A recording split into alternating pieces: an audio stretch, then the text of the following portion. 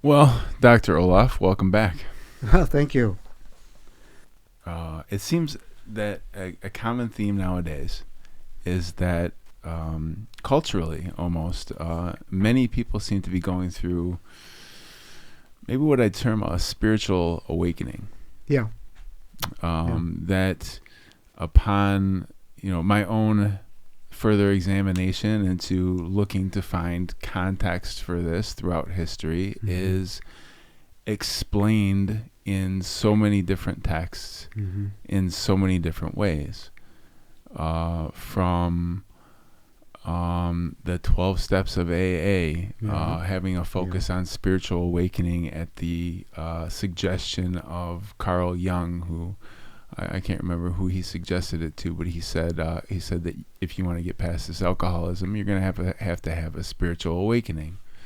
Yeah, and that's it's a holistic kind of understanding. The spiritual awakening is not some kind of, now have some kind of poofy, top of the mind, kind of quasi-mystical experience. It's more like, you're going to have to go deeper into the texture of reality and fuller and more complete.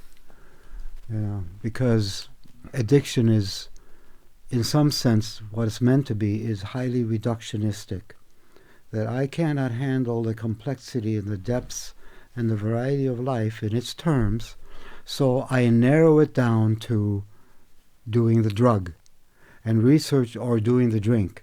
And research has shown part of the narrowness is not just when I go to the bar and spend hours there drinking or go to a place and do drugging.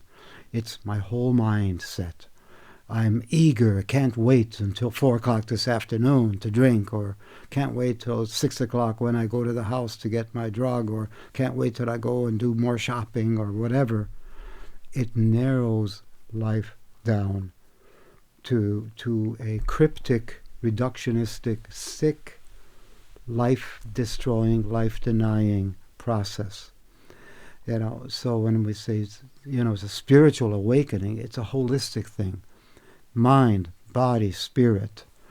And the 12 steps, if people really do the work, are not the only, but a very effective form of a holistic approach to one's awakening.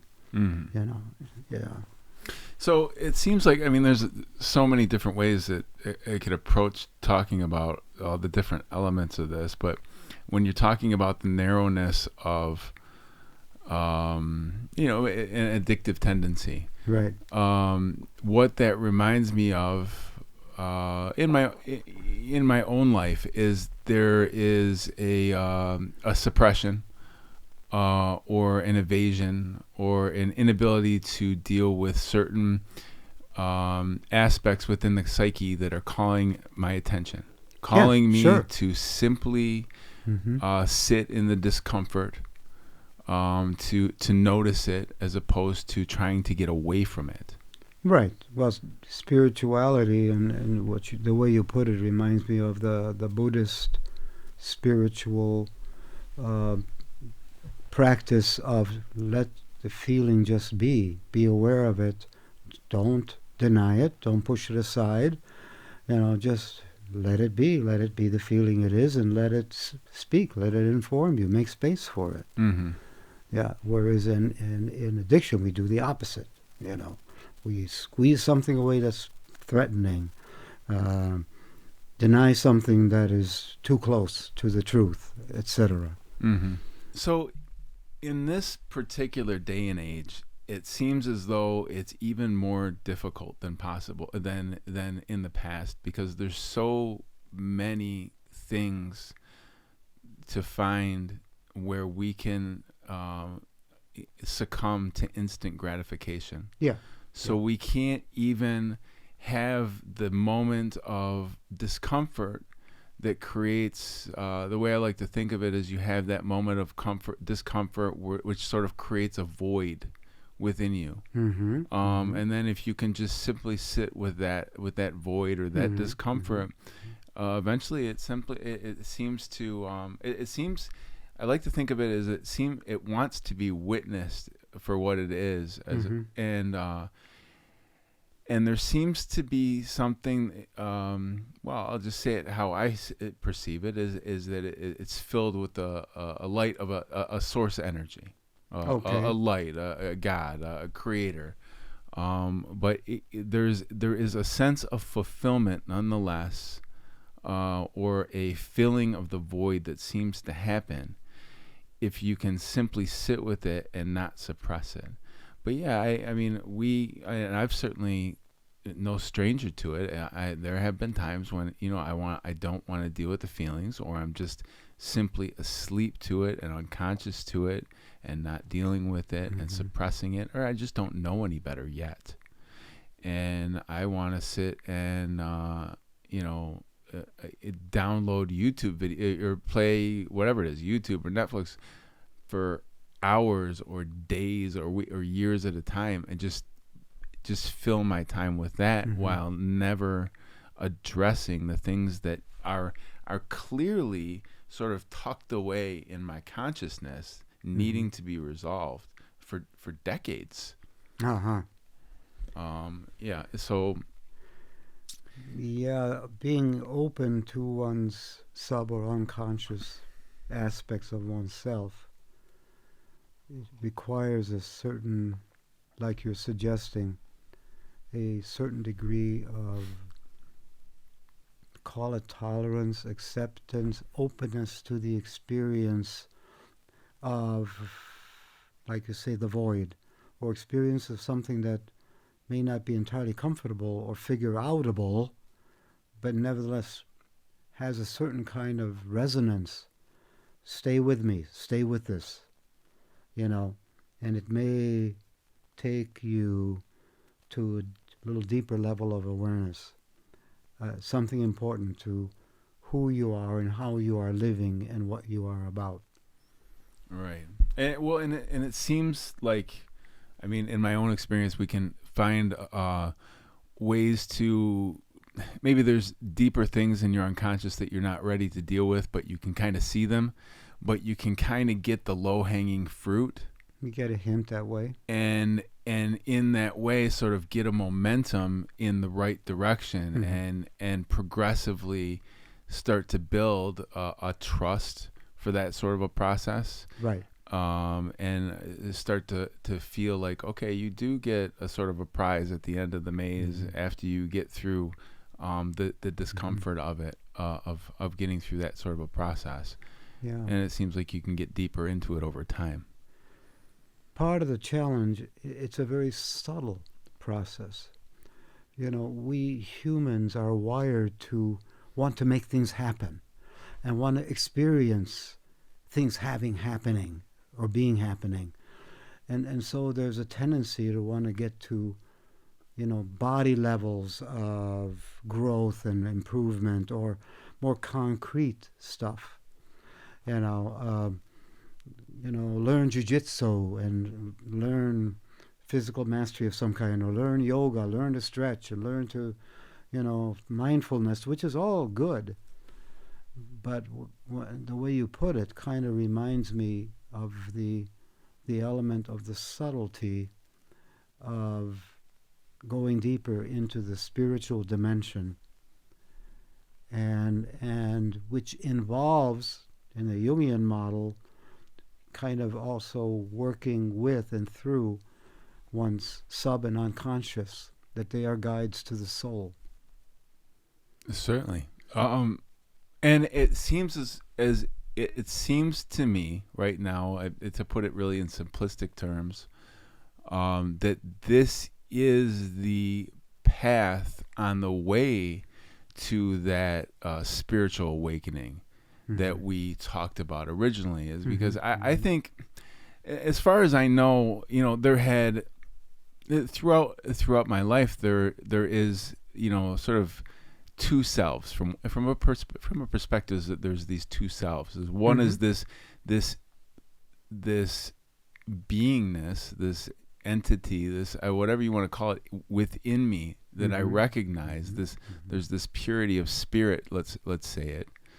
And then there's this being who behaves out here in the world Sure. through what seems to be like a dirty lens. Like a dirty, distorted lens, and the light doesn't come through cleanly. Sure. And it seems like the spiritual awakening is sort of a process of cleaning off the spots on that lens, sort of opening. The sun is always shining down, but first you have to open the drapes.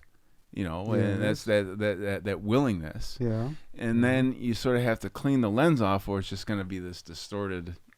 Clean the window. You speak of the two selves, and that's part of my understanding. And the metaphor or analogy, the metaphor I've used to get at those parts of us where the lenses can kind of dirty, in distinction from that other part of us that, like you say, seems to be like an innocent, pure spirit part. And that is using the wheel metaphor of three basic spokes. But at the center of the wheel, for it to roll, for the wheel to roll, you have to have the three spokes. And the three spokes is relationship to myself, relationship to others, and relationship to my higher power. However one understands that power. And those are the operant parts as I roll through life. Like you and I are right now relating. I'm having a relationship with you, relationship with other. As I was driving here, I was, processing what's going on today and anticipating us and looking forward to it. And I was having a relationship with myself. And relationship, well, is that two parts? Well, yes. The I am and the me. Mm-hmm. And the me is sort of an imaginative projection, so I can relate to myself. But that imaginative projection is not just, like out there. It can be in anything, like an elf or a ghost. No, that imaginative projection, the me, is very tailored to match demands and roles in society. In technical language, I'm a devotee of George Herbert Mead's model of symbolic interactionism to understand ourselves not only sociologically and interpsychologically, but also spiritually. The I-me relationship. And so the hub of the wheel, it needs a hub. And it's interesting that the key spokes come to the mechanism of the hub. And the metaphor is that the spokes comes to a casing first, a casing that spins around that center post of the wheel, And the casing is the ego that processes stuff in relationship to myself, in relationship to others, and relationship to higher principles, higher power. All right? No metaphor is exact, exactly fitting. But in some sense, the rod around which the wheel goes, including the ego casing, is intrinsically part of the wheel, but also it's in it, but it's not of it. The rod is the bicycle frame, obviously, physically speaking. The rod is that transcendent I am that is at the center of being fully human. Being fully human is not a function of just having an ego connection with self and others and life processes, but it's also to be human is also to realize I am in relationship with the transcendent. Sure. And that is natural to being human. Natural to being human is the sense of transcendence. And what's happened in America, and this is so complex that anything I say will be so simplistic Right. in contrast to the complexity. But what's happened in America as traditional, institutional, religious practices started waning in a highly intensified age of psychology from the 50s into the 60s, intensification of secularity, of materiality, of just greater secular prowess, and how we live and how we make things and so on and so forth, and how we can enjoy life more conveniently. All of that, is part and parcel of the sense that what is religion doing for me? It seemed like after World War II, religion was really important to people in the late 40s and 50s because of the humility and gratefulness of having sacrificed so much as a country to win, in effect, 2 world wars, one east and one west. Mm-hmm.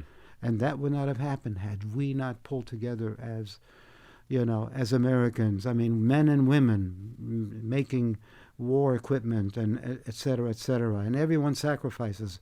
No butter for us, send it to the soldiers, and everyone pulled together and sacrificed. And from my perspective, that also tied in well with traditional religion, that when the warriors came back and Rosie the Riveters, had been hardworking women, and they're ready to come together and to make babies and make families, it was an era of gratitude and relief and enjoyment of the victory.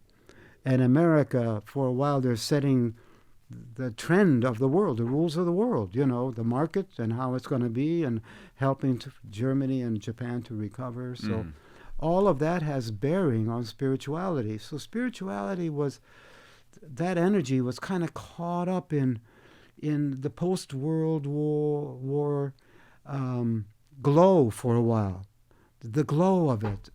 And the other thing I noticed is in the 50s, there was a rise of communalism, that men and women wanted to be part of community, a band of brothers, a band of sisters thing.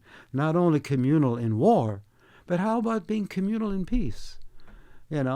So in the life of Riley goes with his lunch bucket, TV character. Okay. Riley is a blue-collar worker. The life of Riley? Yeah. And it was comedy. And Riley goes with his lunch bucket, and the blue-collar worker, getting paid enough, by the way, to have a small middle-class home, And what did the women do? Created community, helped each other to rear children, and develop connections. And when the husbands got home from work, hey, we're invited to dinner with Joe and Mary. They live 3 houses down. And so there was this natural communalism, and it fed into religious expression very easily. Okay. You plunk a church in the midst of this community. And after the war, it kind of woke up like a sense of how important transcendence is. Because there's nothing like when you're living on the edge of life and death to wake up your sense of transcendence. Sure. That is so human, And so religions have dipped, but what has eventually pulled on humans in our society to, in a sense, reconnect to transcendence has been an amalgam of humanistic psychology and especially Eastern philosophy and Eastern spiritual practices that rose in the mid to late 60s and then started rising. So you had trends that kind of moved away from traditional religions, but it doesn't erase transcendence. The need to live with a reference and meaning more than oneself. But the danger of American society, with its overemphasis on you be you, is that it's only about being me. Right. And what is that you that they're talking about. Is that egoic, Well, yeah, which view? egoic self. Frozen Olaf? Yeah. You know, I perhaps talked too much and veered off a little bit into kind of a mega take on things. But one of the things I'd like to point out, and you have the sheet with me here, there is a neat summary book on what positive psychology is. It's entitled The Happiness Hypothesis, and it's by Jonathan Haidt, Haidt. And in that book, he talks about how positive psychology is looking to emphasize what is good and typically important in happy human beings, healthy human beings. That psychology for a long time was just looking at the negative of human. How are humans hung up? You know, how are they less than they should be? How are they, screwed up and mentally ill or whatever? So psychology for decades had kind of a fix what's wrong, but assume we know what's right. Mm. And then eventually, as any field starts becoming more mature and grows and realizes, including psychology and humanistic psychology, that, hey, being fully human, a satisfied, complete, happy human being, has its characteristic features and qualities, as does human decline, like addiction. And what might those features be? And there have been studies done, research done, to answer the questions. What are some essential features in being a satisfied, fulfilled, happy human being? And that might sound like, well, Olaf, you're going back to this narcissistic self-centering of the American life, aren't you? Oh, no. To the contrary. And what they found was, and the challenge was to find human virtues, strengths of character, and human virtues that sort of fit not just America, but the globe in terms of industrial societies. We can't incorporate every kind of way to be human, aboriginal humanity. So this is, in some sense, very broad conclusion as to what humans need for satisfaction, fulfillment, and happiness. Mm. And there are 6 factors. Okay. And you have that in front of you, that sheet. Sure. Wisdom, courage, humanity, meaning humaneness. Okay. Justice, temperance, and this is not a religious book. This is not per se a spiritual writing. This is positive psychology, this book. Mm-hmm. Transcendence.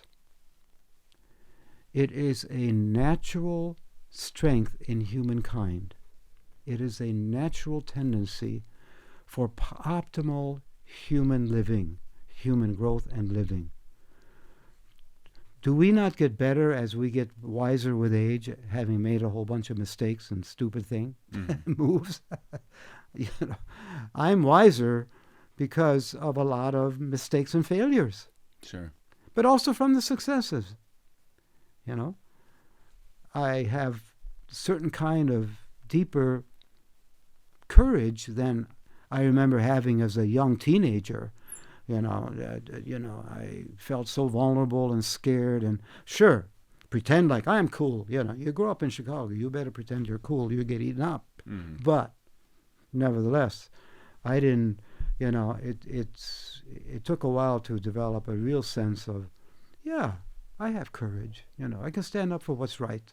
Sure. And I can stand up for my own boundaries of integrity, that kind of thing. Yeah. Until then, you gotta fake it till you make it. Fake it till you make it. Thank you. Yeah. And humaneness, meaning a deeper sense of natural empathy toward other human beings. I know what that's like. I know what it's like to be jilted by a girlfriend and dropped after you have all the hopes that you are the future, right. Heaven on earth, right. kind of thing. Justice, temperance, but interestingly again, transcendence. Mm. And what is helpful in this list that comes from researchers Peterson and Seligman, and they are referenced here, is that there are specific features represented by the dots that you have to do in behaviorally. You have to think and do these things in order for that virtue to happen. So go to the first one, wisdom. There are 6 practices and aspects of growing in wisdom. 1, curiosity. The thing I love about children, they are infinitely curious. Mm. And I'm grateful that even though I am well past my childhood, though I have the inner child in me, Right. Sure. in some sense, but Hopefully. I'm ever curious. Mm. And not just about stuff I'm interested in. Yes, curiosity. Number 2, love of learning. Mm-hmm. Hello, love of learning. And what's happening in colleges, according to, a guy named Howard Gardner, is vocationalism. People are not so much guided to go to college to get a degree for the love of learning, but for the love of getting a piece of paper in order to get the right slot for a job, etc. And that's not necessarily bad. I Sure. mean, that's practical. But along with the practical of getting the right degree that fits your interest and your aspirations, your hopes and your sense of purpose, and so on, love of learning, judgment, ingenuity, emotional intelligence, that's a loaded one, Mm-hmm. perspective, that there are like practice aspects to help wisdom to happen. So we would look at these as the characteristics of wisdom. Exactly, the characteristics, but they're not like magical characteristics that come from beyond. Wisdom comes from doing this stuff. These Learn. are the characteristics that you develop over Yes, time, absolutely. consciously. Yes. Now, interestingly, in parallel to discussing what this list under wisdom, under transcendence are 7 bullet points of, again, practices that leads to manifesting in one's life the aspect of transcendence. And while I'm thinking of it, we don't have any relationship with them, but just because it looks like there's a self-help test offered here. Yes. Which everybody loves self-tests. They want to know about themselves. So I know I certainly do. It's at AuthenticHappiness.org. If I remember, I'll put a link in the description, but it's just AuthenticHappiness.org. Right. www.AuthenticHappiness is one word. Yeah. We know computer does that, puts words together. Yeah. .org. Under transcendence is appreciation of beauty and excellence. Appreciation of beauty and excellence. Number 2, gratitude. 3rd bullet, hope. 4th bullet, interestingly, spirituality. Mm-hmm. 5th, forgiveness. How much do we have to reconcile ourselves with other people? Or reconcile ourselves with ourselves? Sometimes the hardest thing is to forgive ourselves, especially if we have violated a core belief that's vital to ourselves. Humor. Yes, humor. Adaptive psychology says humor is a high adaptive tool. And I love this last bullet, number 7. Zest. Zest. People with zest have a vital transcendence consciousness about them. Mm-hmm. And yes, and that vital transcendence consciousness is indeed helped fed by and helped to developed by spirituality. Yeah. And okay. Yeah. The forgiveness part, the image I got for that is there's this I don't know if covet is the right word, but there's this I guess guilt and regret and pride is when you sort of turn away from. Mm-hmm. I gotta speak in the microphone. You sort of turn away from the. I don't know how to say it. I'm trying to be as non-alienating and accessible as possible. But for my perspective, it's like the light of the Creator, the energy of your source, however you the God as you understand it. But you turn away from this energy of source, and sort of covet things because you want them, or you hide things as if you can hide them, but it blocks you off from that true energy, and so then we go back to what we talked about at first, where you go into this focused. The ego is trying to find, okay, well, I just turned myself away from that light of the source, and now I have to find little ways to steal the light, as they put it in Kabbalah, for instance.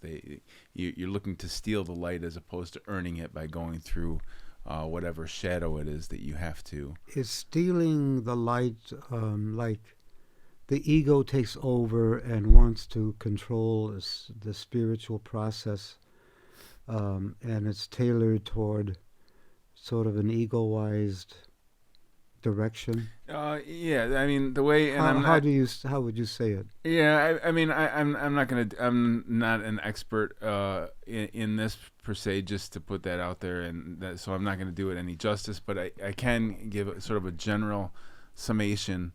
Mm-hmm. That the essential idea is that through these sort of these short or these instant gratification type of behaviors that we get to get sort of a hit of satisfaction that is simply you can't keep, and so because you can't keep them, but they feel good and they feel sort of divine and they feel like source. Okay. You get into this addictive behavior where you keep stealing the energy that you're stealing it if you can't keep it.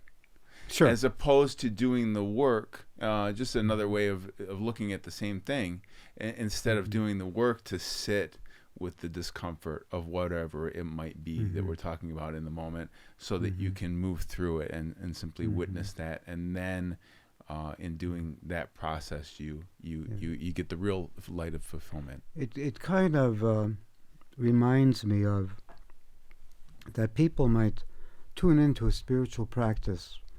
Let's say they want to get into a form of Buddhist meditative practice and understanding of life, but they kind of egoize it. That the orientation is to what can I get out of this? For being more happy, or being more in tune, or being more accepting of myself, or being open. And it's not that these might not be good derivatives of a Buddhist take and approach to life and practice. But you sort of kill the very essence of what the process is meant to be when you egoize it and turn it to yourself for self-improvement per se. Certainly. And whereas, these spiritual systems truly come from deep textured, understood, over time, long time traditions of ways in which we are open to the sacred dimension, to its activating transcendence that isn't egoized into self-needs and hopes, but it truly is a transcending of the self toward the sacred, and getting and feeling the connection to what people can call that God, conversations with God. And one can rightly say an example of one who had this intense sense of connectivity to the sacred is Yeshua of the Gospels. And I'm using the term Yeshua, in distinction from all the ways that Jesus is understood. Jesus, of course, Jesus Christ, and I'm referring specifically as I speak this way to the Gospel of John. And here I agree with Bishop Spong, who wrote within the last couple years or so a book on the Jesus portrayed in the Gospel of John as a mystical practitioner, a mystical Jew, who felt that connectedness, that oneness with the sacred, that to which he dared apply the terminology Abba. Okay. Daddy. What? You don't call a magnificent creator and ground of existence Daddy. That's almost insulting. Oh, really? But the sacred, I feel that connection and closeness. And I feel I'm guided by that. Guided by that. And not just Daddy as a kid, but as a guiding wise Father that has called me to a certain kind of calling to convey the truth of the sacred to humankind. The gospel. So that was a term I wasn't familiar with that. Term.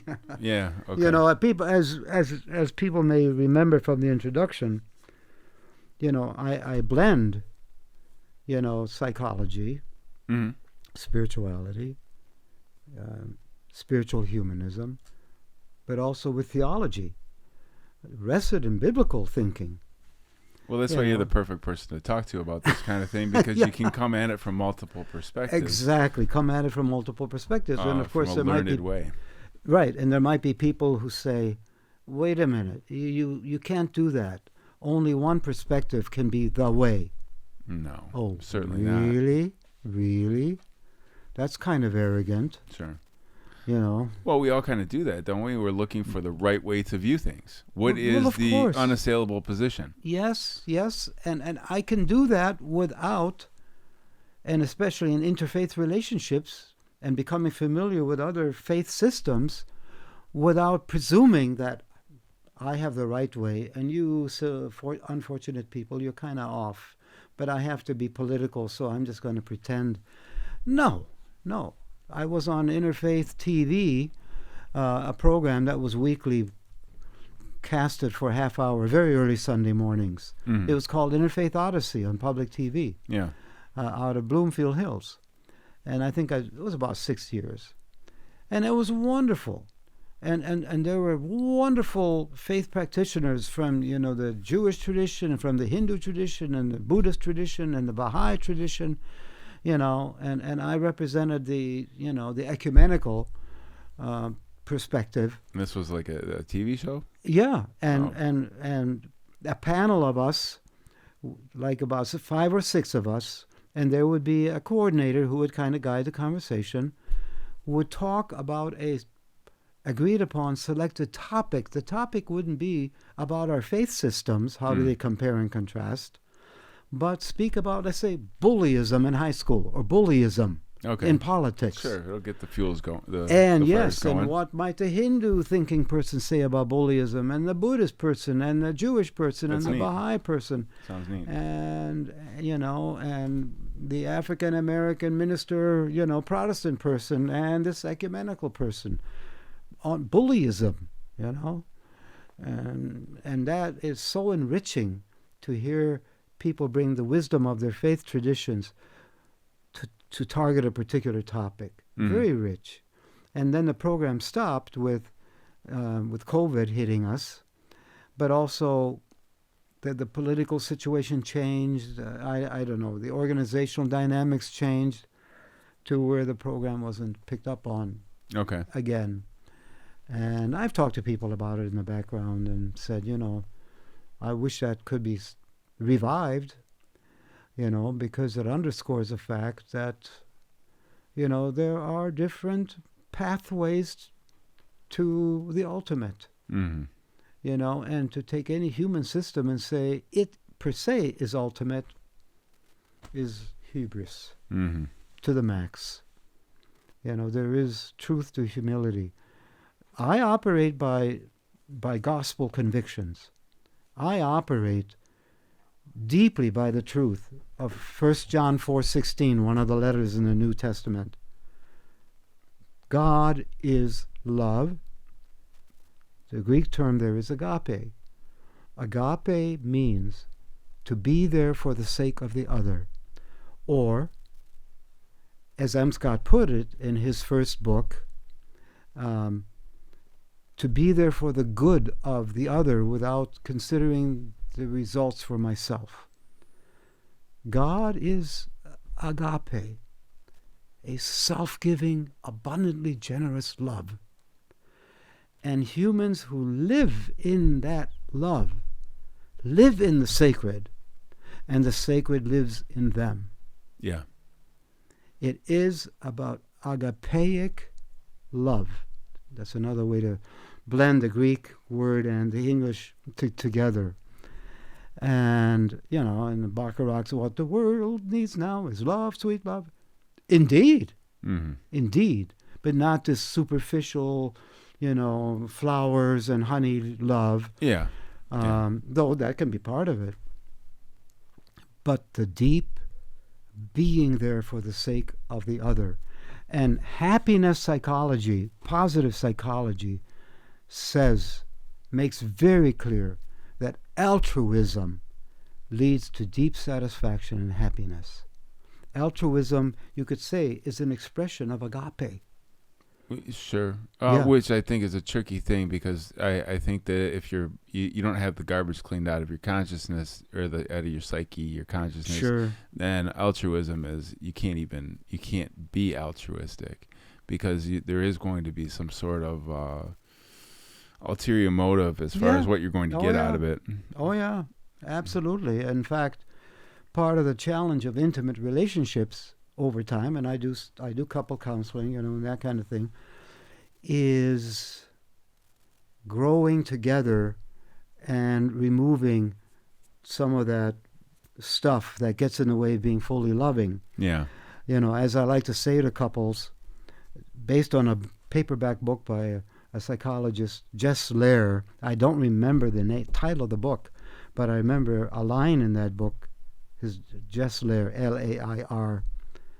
And he says, a lot of people think that the purpose of marriage is happiness. Mm-hmm. No, that's not so much the truth of it. The purpose of a marriage is not happiness, but pain. Mm. Oh, the pain of growth. Mm-hmm. Because no one knows you over time more deeply and fully than your loving partner, your committed, loving partner. Sure. Well, I know, boy, it's escaping me, but there's I've heard so many references over the years as to, there's only so far you can get without in a spiritual awakening or spiritual growth without that partner to reflect to you who you are.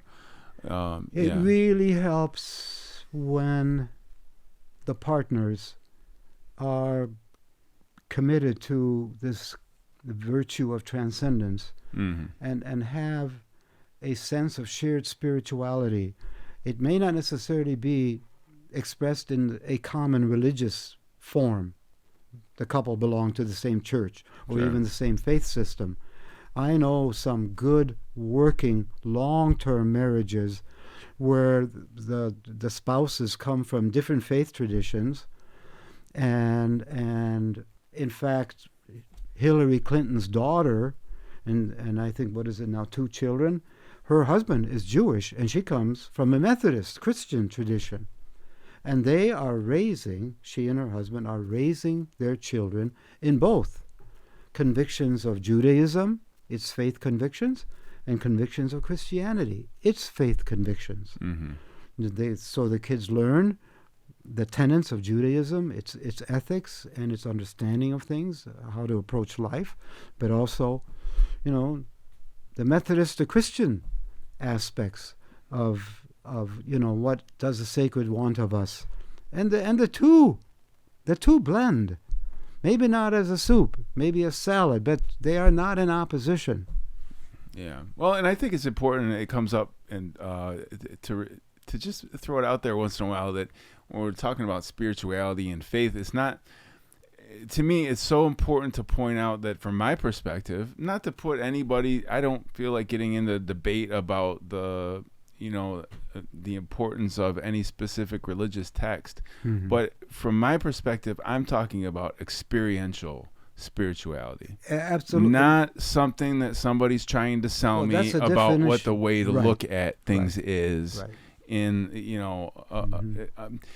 So when I'm, and again, I'm trying to be very pragmatic in how I'm talking about this, because there is the experience that you have within that so often, because science doesn't understand it yet, and not to put that against science is wonderful, but there's so many things that in our experience that we don't get on that level, and I don't think that, we come at science from an intellectual perspective. Correct. Which is such a which is wonderful and has its value, but it is very, very limited. There is so much more to the human experience than what can be experienced through the intellect. Yes. And the intellect itself, I don't want to get off on a side note. Maybe we'll have to talk about this at another time. But it is in line with the sort of, I'm not trying to put this in a bad way. I said the intellect was good, but is in line with the ego and the intellect together try to take over and say, we know how to do this. We don't need the heart anymore. We don't need the spirit anymore. Right. That is the story of Lucifer as far as I'm concerned. Yeah. And so what the point is that, what I'm getting at in my experience is that I have these experiences at a level that I have to research and look for the way other people described it, but it's my experience and my way of going through it, and it's looking at it from the most scientific way possible to really get down to the nuts and bolts of what's going on. In response to what you're saying, Houston Smith, who was an interfaith author and teacher, renowned, Houston Smith himself did a personal spiritual practice from different traditions. He would begin with a Muslim prayer to start the day, and then he would move to Psalms or whatever, So he blended what he found transcendent feeding aspects of different traditions. But Houston Smith said is one of the remarkable things about our modern, postmodern age is that we can access different spiritual traditions and faith systems, and call them even religious systems. And we can pick and choose, like a smorgasbord. I like this about Judaism. A little bit of Kabbalah is nice. I like this about, I like Paul's, the emphasis on the importance of community, etc. But what Houston Smith counsels is the danger is you can become too loosely eclectic and thus kind of not get a sufficient grounding focus for yourself, the integrity thing, not about truth or wrong or right, but just a sense of integrity. So what Houston Smith suggests, and I have to say, I'm not convinced it always has to be this way. But he says if people really want to get deep into the spirituality of a faith system, join that faith system for a while. Immerse in it. Learn it fully. And go to the important word to both of us. Go to experience. The validity of any religious system is the experience of sacredness, the experience of transcendence. And then he says, once you have kind of a baseline, after doing that maybe for several years, indeed begin to explore other faith systems and kind of add them on, and you will have kind of a base platform of conviction to kind of land in, like a rocket from Musk, going up in the stratosphere, get some ideas, and then come back to base, Right. And anyway. Which brings up an interesting thing. You know how religion, again, no disrespect towards anybody's belief systems, but personally my view on religion is, like I've told you before, I see it like like a bad life insurance agent. Yes. Is that you just didn't get what you thought you were going to get. It's a middleman to the direct experience of the creator itself, or the source, or the God of your understanding, or however it is. Shoot, I forgot where I was going with that. Yeah, it can, see, here's the, looking at it objectively, on the one hand, yes, it can be kind of a substitute kind of religiosity that ironically does not facilitate one getting into the depths of spirituality and the transcendence experientially speaking. It can become substitutionary, as you say, in the way, substitutionary. But for many people, a religious system, it can also be a good insurance policy, meaning they get a sense of good assurance. They have the assurance that if you immerse yourself in this faith system, come to understand its deep truths as it conveys, its ethics, what's right, what's wrong, what's good, what's bad. And as you develop a sense of community with other people who have the same shared conviction, it can be a good life insurance policy, But it is a mistake to ever equate one's religious system with the sacred. Mm-hmm.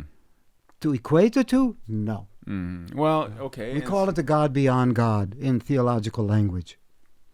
Certainly, the Tao that may be named is not the eternal Tao.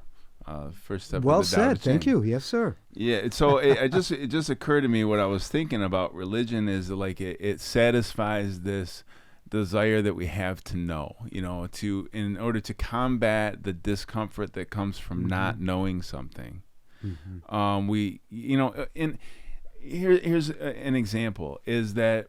Part of the spiritual path, and you may think of it as like there's one way I like to say it is to simplify it in 3 steps. Is there's an awakening, and then there's a crucifixion, and then there's a deliverance.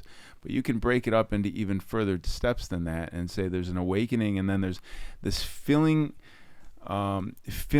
yourself with knowledge. Yes. If knowledge of the divine, or this metaphysical system, or this religion, or this chakra system, and again, I'm not putting any of these things down, and they certainly have their place in understanding the mechanics of things, or having context of how other people understood these things over time. But what happens in time, from my experience, is that because of this need to, the saying, you must be like a child. However that was said, you must be like a child to enter the kingdom of heaven. Mm-hmm. From my perspective, this is a state of not knowing, because the knowing in and of itself that you filled yourself with blocks you from the true knowledge, or the beliefs. That's what I think runs contrary with religion, is you create these belief systems. And I think we're coming into an age more of a Gnosis, where you move from a belief system, which is by definition, you don't know, into this experiential state. Where you know. And in order to get to that place, what I'm suggesting is that you kind of have to stop. You have to drop everything you thought you believed and learned from whoever. And a writing from the Christian tradition that sort of lines up with what you just said. Her last name is Bass, B-A-S-S. For the life of me, I can't ferret out her first 2 names. But the title of the book is Christianity After Religion. Okay. It's great. It's a paperback, a few years back, but ever relevant. And at a critical point in that is where she contrasts factors, key aspects of religion versus key aspects of spirituality. They are contrasted. Now, the ideal, of course, is the 2 lists can kind of converge and help each other. But the critical word that distinguishes the list of being spiritual but not Christian religious, and that is the word experience. That she is saying that the convictions and commitments of Christian thinking can be verified by experience, human experience. It does not depend on a religious system to make it happen. And I hope what I said is understandable. No, the critical piece is the experience of sacredness in one's life. The experience of sacredness that makes a difference in how one approaches relationship to oneself, to others, and what higher power means. And especially how that inner I am is affected by the sense of the presence of sacredness. The inner I am. And I just want to say one more thing from biblical thinking. You go to the book of Exodus, in the Old Testament, in the early part, after Genesis, Exodus. You go to the history of Moses, and I think it's in chapter 3, verse 14. There is an encounter.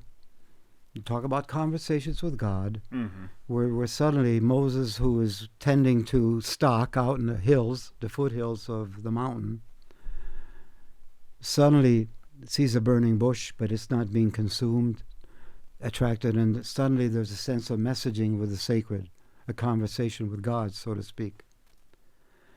And Moses feels the messaging of, you are being tagged, Moses, to go back to your brothers and sisters in Egypt and to liberate them. And of course, he had murdered an Egyptian. That's why he was out hiding in the hills, with the Kenites, the tribe, just laying low, getting married, and just tending the stock, the sheep or whatever. Right.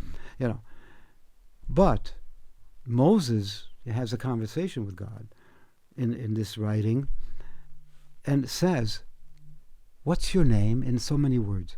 Who are you? In other words, how do I categorize you religiously? What are you religiously? Because if I'm to go back to the Egyptians, a polytheistic system that believed in many different gods, which one are you?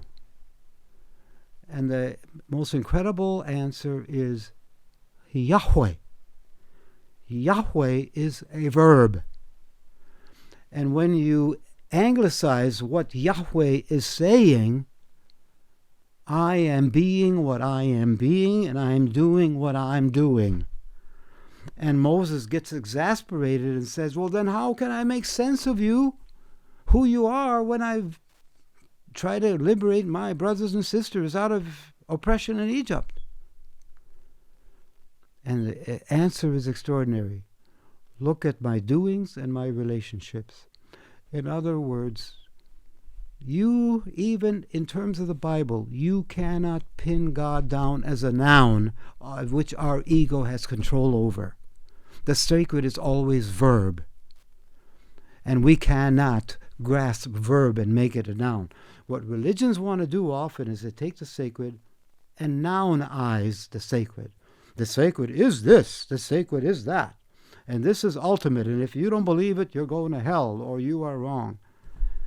No, if there's anything that calls for religious humility and spiritual openness to the incredible panoply of sacred experience as humans, look at the Exodus chapter, the 3rd chapter. Exodus. Okay. Exodus. Of the Bible. I mean, yeah. 3:14. Okay. Yahweh. I'm being what I'm being. I'm doing what I'm doing. Okay. Don't pin me down as a noun. Thank you. Well, I can see that this is going to be, there's a lot to unpack in this. And we have material that we can go with moving forward in whatever way you see will be helpful. I know this is kind of free flowing, Mm-hmm. which I love. You know, and you know, we don't prepare. We don't have like a text. We just kind of agree on okay, and we start moving, and then of course you edit it carefully, and so and but thank you. Not too carefully. We're kind of like I kind of hang us out to dry for the most part. So I think, you know, we have set the stage, I think, for other ways of moving ahead in future podcasts.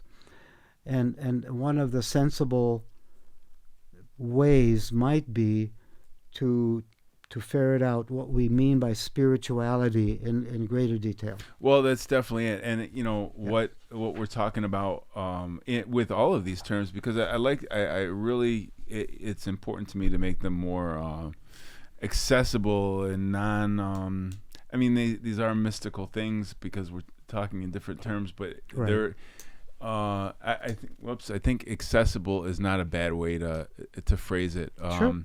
To where we're not alienating in our concepts, Sure. in our wordings and our phrasings, but I think from a very practical perspective on it, it's about clearing out the garbage in the psyche that if you've spent any amount of time here on earth, you come to recognize after a time you can't just hide it away. Oh, no. It doesn't go anywhere. You have to face it. And it festers. Yeah. And over time, the way things are set up, the way things seem to be designed is that progressively they'll get worse. So maybe it just shows up at first as a little tiny irritation in your psyche, a little tiny discomfort.